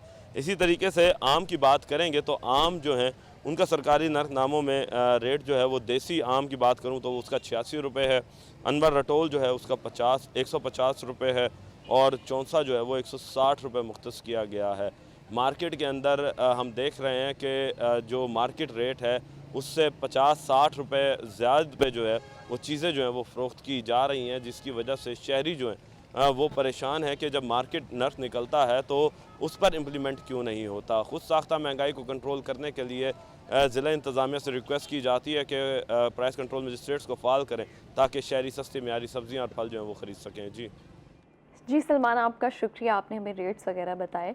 अच्छा, ये जो है ये बेसिक ज़रूरियात हैं, बुनियादी ज़रूरियात हैं, हम अपनी ज़िंदगी गुजारने के लिए इन चीज़ों का इस्तेमाल बड़ा ज़रूरी है। और जहाँ हम सेहत की बात करते हैं और बीमारियों की बात करते हैं तो ये सारी चीज़ें एक दूसरे से कहीं ना कहीं जुड़ी हुई होती हैं। हम बीमारियों से कैसे बच सकते हैं जब हम बैलेंस डाइट लेंगे, और बैलेंस डाइट के लिए ज़रूरी है आप फल सब्ज़ियों का इस्तेमाल ज़्यादा से ज़्यादा करें। और आम शहरी किस तरह से फल और सब्जियों का इस्तेमाल ज़्यादा कर सकता है जबकि उनके रेट्स जो हैं वो इतने हाई हैं, इस पर हमें हमारी ज़िला इंतज़ामिया को काम करने की भी ज़रूरत है। और ताकि ये जो फल और सब्जियां जो आम चीज़ें हैं ये हम तक और आम शहरियों तक बआसानी पहुंच सकें। अच्छा डॉक्टर साहिबा, ये चीज़ें कितना कनेक्ट करती हैं, रिलेट करती हैं कि जब हम इनफर्टिलिटी की बात कर रहे हैं तो उसमें हम स्ट्रेस के साथ साथ साइकोलॉजिकल प्रॉब्लम्स के साथ साथ हम बात करते हैं हेल्थ इश्यूज की भी और बैलेंस डाइट की भी। जी बिल्कुल। कि आपने भी वेट की बात की कुछ टाइम पहले कि आपका वेट बड़ा बैलेंस होना जरूरी है, बहुत जरूरी, ना ही ओबेसिटी की तरफ जाना चाहिए ना ही अंडरवेट होना चाहिए। आपकी डाइट अच्छी होगी तो आपका वेट मेंटेन होगा ना। हेल्दी डाइट में तो ये fresh fruits, vegetables, nuts, they are so good, ना कि वो कोल्ड ड्रिंक्स पीते रहें, ठीक है, और जंक फूड खाते रहें, they are very toxic because उससे इतना एक्सेसिव, तो एक्सेस अमाउंट में लिया जाता है और दूसरा उनकी न्यूट्रिशनस वैल्यू इज़ सो लो। और इसके अलावा लाइक स्टडीज़ आर गोइंग के ये जो कोल्ड ड्रिंक्स के अंदर जो कलर यूज़ किया जाता है या फिर ये मुख्तलिफ़ तरह की जो स्वीट्स हैं उनके अंदर जो कलर यूज़ करते हैं तो दैट इज़ वेरी एक्सपेंसिव। तो ज़ाहिर है इतना एक्सपेंसिव तो यूज़ नहीं कर सकते लोग, तो जो कुछ भी यूज़ कर रहे हैं उससे ओवरीज डैमेज होती हैं because they are toxic.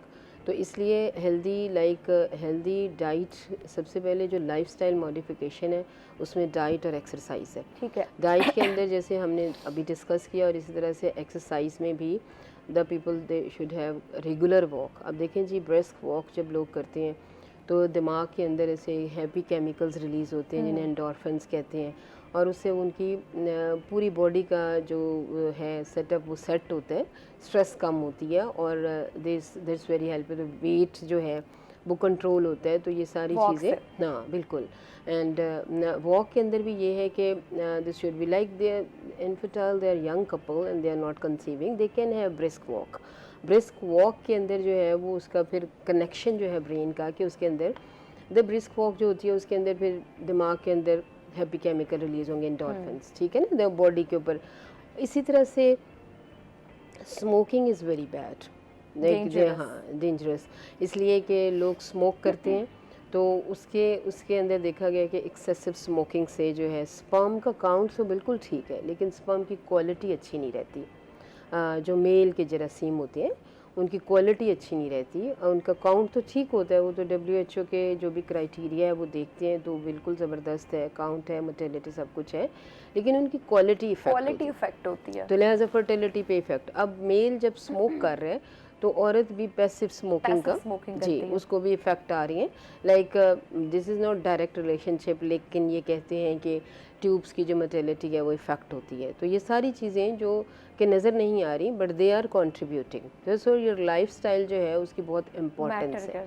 That should be diet, exercise and what you are taking, the all things they matter. And definitely stress जो है उसका मेजर कॉज है।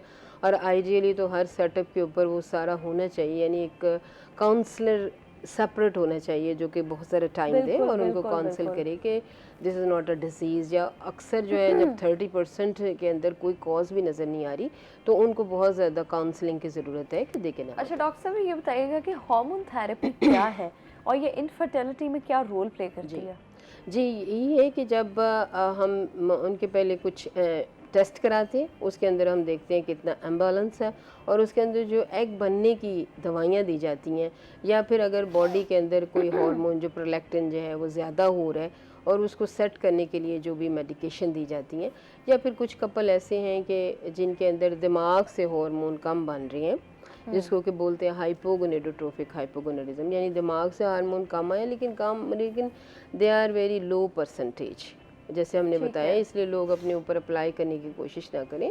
दिट्स वेरी 1%, बहुत लो परसेंटेज है कि दिमाग के अंदर से हार्मोन कम बन रहे हैं इसलिए एग नहीं बन रहा, तो उनको फिर हार्मोन आर्टिफिशियली दिए जाते हैं बाहर से ताकि उनके खास कंसंट्रेशन हो जिससे एग बने। ठीक है, but very low, very rare. ठीक है।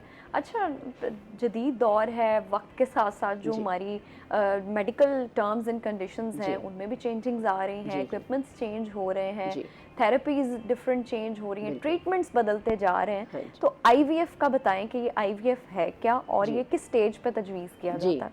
इन विट्रो फर्टिलाइजेशन इसको बोलते हैं कि किस तरह से होता है कि औरत का एग लेके और मेल का यानी जरासीम लेके स्पर्म लेके उसको एक डिश के अंदर क्लोज कर देते हैं जिससे वहाँ पे प्रेगनेंसी बाहर ही हो जाती है। उसको एक ख़ास स्टेज के ऊपर वहाँ से लेके हेल्दी जो भी एम्ब्रियो बना होता है उसको फिर बच्चेदानी के अंदर इम्प्लांट कर देते हैं। ठीक है, लेकिन ये है कि दिस इज़ नॉट कि भाई कोई कपल गया है तो उसका डायरेक्ट, जैसे आपको बताया कि 1 साल तक तो कोई टेस्ट नहीं कराना, फिर साल बाद आपने टेस्ट कराया, फिर उसकी जो भी रीज़न आपको नज़र आई उसके अकॉर्डिंगली आपने उसको मैनेज किया।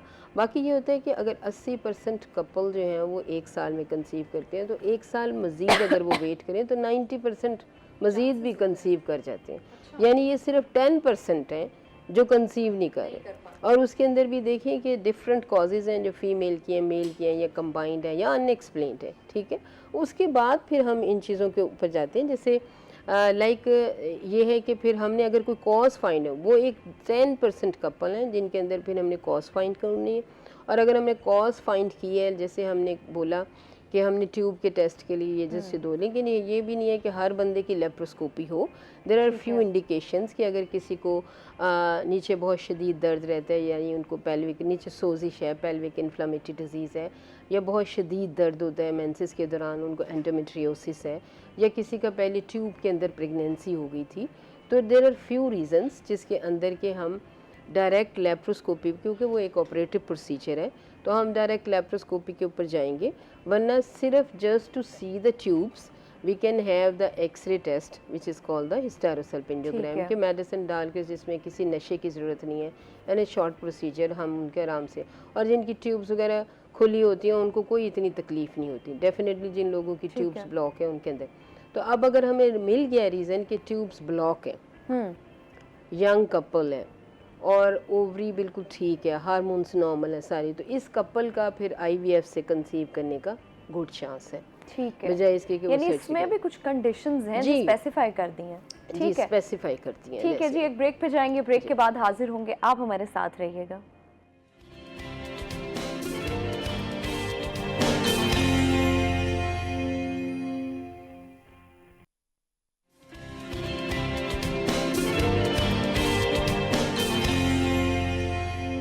Welcome back viewers. एक शॉर्ट ब्रेक के बाद हम फिर से हाजिर हैं और बात चल रही थी हमारी इनफर्टिलिटी के मौजू पर। अच्छा डॉक्टर साहब, मुझे ये भी बताइएगा कि कुछ लोग जो होते हैं, ख़ास तौर पे अगर हमारे बैकवर्ड एरियाज़ की बात करें जहाँ पे इतनी नॉलेज नहीं है, अवेयरनेस नहीं है, वहाँ पर लोग क्या करते हैं कि देसी इलाज अपना लेते हैं। तो क्या ये इफ़ेक्टिव होते हैं?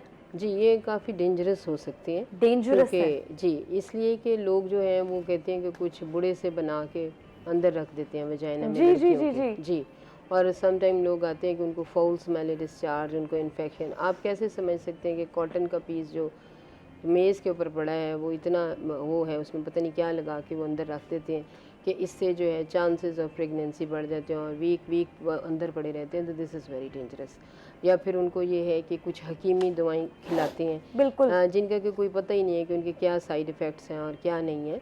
तो इस तरह से, और या फिर ये है कि ये बहुत कॉमन प्रोसीजर है कि डीएनसी कर देते हैं जी जी जी विदाउट एनी इंडिकेशन। तो अब ये जो इंस्ट्रूमेंट्स होते हैं ना कि इतनी कोई हाइजेनिक कंडीशन होती हैं, तो ये काफ़ी समझ सकते हैं कि जुल्म है, क्योंकि फिर उनको जो उस प्रोसीजर की वजह से जो उनको पेल्विक इन्फ्लेमेटरी डिजीज़ होती है और इन्फेक्शन होती है और उससे ट्यूबल ब्लॉकेड होता है, और फिर सारा कुछ जो होता है कि हम बच्चेदानी का मुंह खोल रहे हैं, बच्चेदानी की सफाई कर रहे हैं, बच्चेदानी के अंदर बूढ़े रख रहे हैं। तो इस तरह से जो है ना, this are very dangerous things जो कि पेरीफ्री पे अभी भी बड़ी कॉमनली सर। अब बिल्कुल अगर किसी ऐसा ने ही है। कंसीव करना है तो वो खुद ही कर गया और फिर उन्होंने नाम दे दिया कि कि क्योंकि जी ये ये किया फ्ला था। ट्रीटमेंट की जी, वजह से हो जी, गया। जी। हालांकि उन ट्रीटमेंट की वजह से इनफर्टिलिटी ज़्यादा हो रही है। Their treatment they are so dangerous.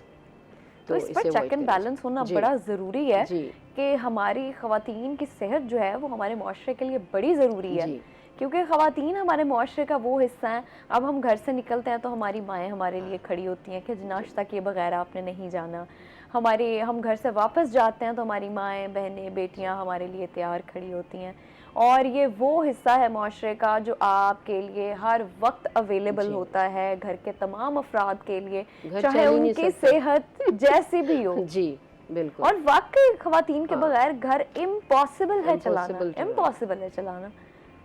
तो ये इस पे बड़ा स्ट्रिक्ट एक्शन भी होना चाहिए और चेक एंड बैलेंस बड़ा ज़रूरी है कि हमारे जो बैकवर्ड एरियाज़ हैं, जो हमारे जी। ऐसे एरियाज़ हैं जहाँ पर तालीम की कमी है, जहाँ पे अवेयरनेस की कमी है, आगाही की कमी है, वहाँ पे गवर्नमेंट की तरफ से भी कोई अवेयरनेस कैंपेन्स होनी चाहिए और कोई ऐसे स्ट्रिक्ट एक्शंस लिए जाने चाहिए जी। कि वो जो नीम हकीम खुद बने हाँ बैठे जी। हैं ना, वो जो अद्वियात दे रहे हैं, वो जो जी। ये आपने प्रोसीजर्स जितने भी बताए, ये सुनने में कितने खौफनाक, जी। कितने खतरनाक हैं जी कि इसका अगर आप असर देखें तो ख़वातीन की सेहत पर लॉन्ग कितना टर्म, असर है। यानी वो ट्रीटमेंट लेने गए थे लेकिन वो इनफर्टाइल हो गई। इनफर्टाइल हो गए और फिर कुछ लोग तो इतने स्वेयर केसेस होते हैं जी। जो अपनी जान से चली जाती जान हैं। से चले, सेप्सिस हो जाता है, हाई ग्रेड फीवर, पस पड़ गई अंदर एब्डोमेन के अंदर, और वहीं उसका ट्रीटमेंट करते रहे, उन्हें फकियाँ खिलाते रहे और ओए सारा होए कुछ और होए। सारी चीज़ें। और जैसे हमने केसेस देखे हैं कि लोग जो है कॉपर टी अंदर रख देते हैं। Oh my God. यानी कॉपर टी एक कॉन्ट्रासेप्शन यानी माने हमल एक इलाज है, और वो इनफर्टिलिटी के इलाज के लिए रख देते हैं कि इससे बच्चेदानी का मुँह खुलेगा और उससे जगह खुल जाएगी, और उससे जो है कुछ अरसे के लिए रख देते हैं, फिर निकाल देते हैं।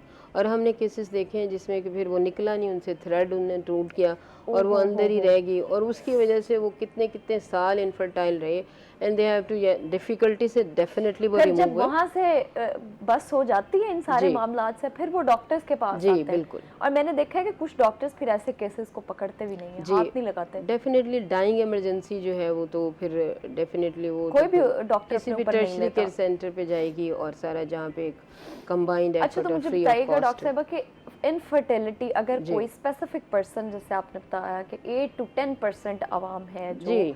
हो सकते हैं इनफर्टाइल, जो जी। कि There is some common- reason which ji, is उसके treatable पीछे भी mostly. reasons There's हैं। very low, minor percentage जिसके अंदर के वो जो उसके लिए फिर ये सारी चीज़ें और भी बहुत कुछ अवेलेबल है, लाइक अच्छा। IVF, ICSI, सब कुछ उससे ठीक भी है, यानी तो कितने अरसे में इनफर्टाइल जो है औरत है या मर्द है वो इनफर्टिलिटी को ख़त्म करके, ओवरकम करके वो जो है वो फर्टाइल हो सकते हैं या प्रेगनेंसी कंसीव कर डेफिनेटली। सकते आप हैं? देखें जी, जैसे हमने बोला कि 1 ईयर वो ट्राई करें रेगुलर, पहले बाकी चीज़ों पे तवज्जो दें, ना कि इलाज पे।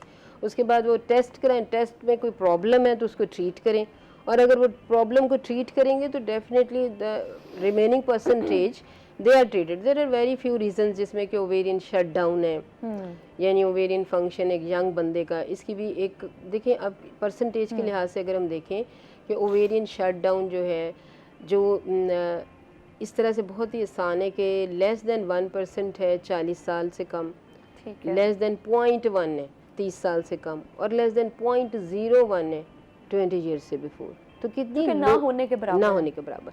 तो ये शट डाउन जो है डेफिनेटली उनका एग बन ही नहीं सकता, या मेनोपॉजल स्टेट डेवलप हो गई है। तो कुछ अनफॉर्चुनेट जैसे, लेकिन उनकी परसेंटेज देखें इट्स टू लो, ये नहीं कि हर बंदे को लेबल कर दिया जाए कि अब तो इनका बच्चा नहीं होगा और इस तरह से। तो उनके लिए ये है कि देयर आर डिफरेंट, जो कि इस्लामिक पॉइंट ऑफ व्यू से थोड़ा वो है, वरना तो ट्रीटेबल कॉजेज़ है। ट्रिपल ब्लॉकेज आप IVF पे चल जाएं, और इरेगुलर साइकिल ओवोल्यूशन इंडक्शन कराएं, एग बनने की दवाइयाँ इस्तेमाल करें, एग चेक कराएं आप। अगर अंदर यूट्रस के अंदर कोई कॉज नज़र आ गई है जैसे मायोमा, फाइब्रॉइड, तो उसको रिमूव करा दें। और डेफिनेटली जब जैसे ही ये ट्रीटमेंट वगैरह लिया जाता है तो द पीपल कैन कंसीव, ठीक है। And very few 0.01 0.1% 1% they are अच्छा, आप साहब एक बड़ा अहम सवाल जी। कि ख़वातीन का जो घरेलू ख़वातीन होती हैं वो कुछ ऐसी होती हैं जिनको मिसकैरेजेस हो जाते हैं और उन्हें जी। पता भी नहीं चलता, जी जी तो बिल्कुल। इसके बारे में ज़रा बताइएगा, ये बड़ा अहम है हाँ। क्योंकि ख़वातीन को नहीं पता चलता। जी, ये नेचुरली भी होता है कि if the people they are very healthy even then, कि बायोकेमिकल प्रेगनेंसी हुई उनको, लेकिन वो इम्प्लांट नहीं हुई या कुछ भी, तो वो एक हैवी साइकिल की शक्ल में वो निकल गया, उनको पता भी नहीं चला, ठीक है। तो अब इसमें यही होता है कि जब भी कोई कपल कंसीव करने की कोशिश कर रहा होता है तो उसे चाहिए कि एक फॉलिक एसिड बिल्कुल ही सिंपल मेडिसिन है, वो तो प्रेगनेंसी से 3 मंथ बिफोर जैसे वो ट्राई शुरू करते हैं तो वो फॉलिक एसिड लेना लें, इस्तेमाल। हाँ, ताकि ये है कि थोड़ा थोड़ा, और फिर वो अपने आप को देखें कि how is the health is going, कोई हेल्दी वाइटामिन, अपनी लाइफस्टाइल, हेल्दी डाइट, अपना इन चीज़ों की तरफ एड्रेस करें, जिसकी वजह से अब ये नहीं होता कि हर दफ़ा ये कि BMI बहुत हाई है, उसका भी रोल है, तो उसको कम करें, क्योंकि इस तरह से बायोकेमिकल प्रेगनेंसी का चांस अच्छा, तो डॉक्टर्स को तो पता चल जाता है कि मिसकैरेज कितने हो चुके हैं। नहीं, अगर कोई हैवी साइकिल आया और वो अबॉर्ट हो गया और डेफिनेटली उसने टेस्ट भी नहीं कराया बायोकेमिकल लाइक को बीटा HCG से ही पता चलेगा, तो नहीं पता चलता कि इन्होंने अबॉर्ट किया है, अनटिल एंड अनलेस कि किसी का टेस्ट पॉजिटिव हुआ और फिर नेगेटिव हुआ, तो वो उस तरह से पता चल सकता है कि ये प्रेगनेंसी थी और वो अपेयर नहीं हुई और अबॉर्ट हो गई। ठीक है जी। तो जो ऐसी ख़वातीन जिनका हमल नहीं ठहरता, जो कंसीव करती हैं लेकिन जी। वही मिसकैरेज वाला जी। प्रॉब्लम आ जाता है, तो उनके लिए एहतियाती तदाबीर क्या होनी चाहिए? हाँ, उसमें सबसे पहले तो यही है कि इफ़ दे आर हैविंग, इसमें यही लाइफस्टाइल का जैसा good role, like smoking, alcohol, high BMI, low BMI, everything is contributing. और उसके बाद ये है कि फॉलिक एसिड सप्लीमेंटेशन, या ये है कि कुछ गुड वाइटामिन्स वो कुछ इस्तेमाल करें, और उसके बाद definitely if that is causing तो उससे बेहतर होगी। लेकिन अगर ये है कि प्रेगनेंसी इम्प्लांट होती है और उसके बाद इश्यूज़ हो रही हैं,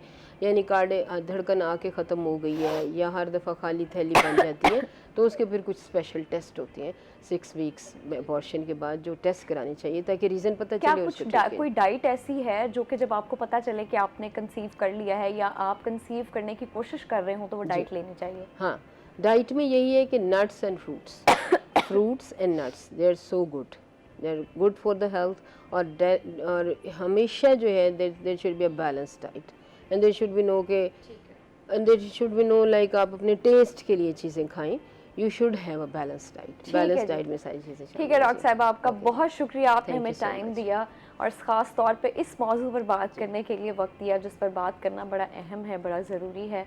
और उम्मीद करती हूँ कि आप सबके लिए ये प्रोग्राम बड़ा इंफॉर्मेटिव रहा होगा, क्योंकि हमने इसमें मुआशरे के वो अहम प्रॉब्लम्स को डिस्कस करने की कोशिश की है, एड्रेस करने की कोशिश की है, जिसके बारे में ख़वातीन और हमारे मुआशरे के मर्द हज़रात भी बात करना मुनासिब नहीं समझते, जबकि it's normal, it's totally normal. जिस तरह बाकी बॉडी में बाकी प्रॉब्लम्स आ जाते हैं, उस तरह ना आपके फर्टिलिटी इश्यूज़ भी आ सकते हैं। तो इसके ऊपर बात करना, इसके बारे में डिस्कस करना, डॉक्टर से रुजू करना, इसमें किसी किस्म की शर्म महसूस नहीं करनी चाहिए। और इसी के साथ साथ अपना और अपने आसपास के लोगों का बहुत ख्याल रखें। और अगली एपिसोड में हमारी मुलाकात होगी, अगले प्रोग्राम में मुलाकात होगी इंशाल्लाह, ज़िंदगी रही तो। आप हमारे साथ रहिएगा और हमें ऐसे ही प्यार देते रहिएगा। इजाज़त चाहूँगी आपसे। अल्लाह हाफ़िज़।